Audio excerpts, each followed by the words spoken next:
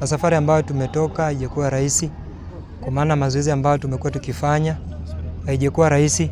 Tumekimbizwa huku na kule, tumeenda friendlies mingi kwa minajili ya kujiandaa. Tulipogwama katika mechi ya mashule, tuliangalia kwamba hii peke yake ndio ambayo tumebaki nayo, na tukaweza kurudi, hatu kulala, tukarudi kufanya mazoezi, na ndio hii Mungu ameweza kutuwezesha. Tunamrudishia shukrani, ametuwezesha tumeweza kuipata katika kaunti.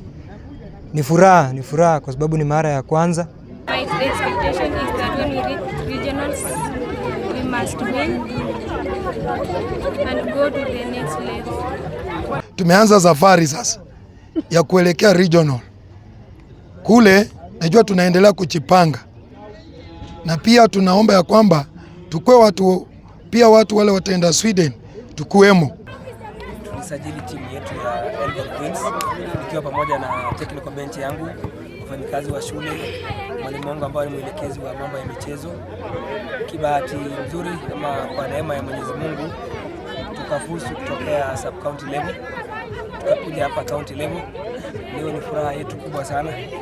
Hatukupata nafasi ya kufuzu kuja hapa wakati wa mchezo ya shule ya upili kwa sababu wanafunzi wetu wengi hatukuwa tumeweka kwenye portal, but we had a very good team.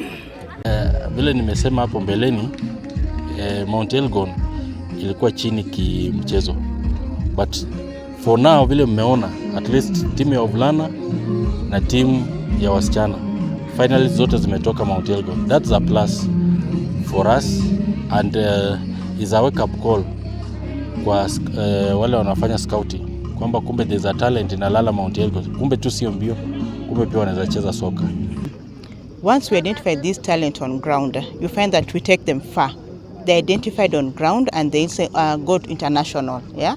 For example, we have Valerie Nekesa, who is playing the nationals for the country, AFCON, yeah, and they're doing a good job. So it's good that they were identified from Chapadimba.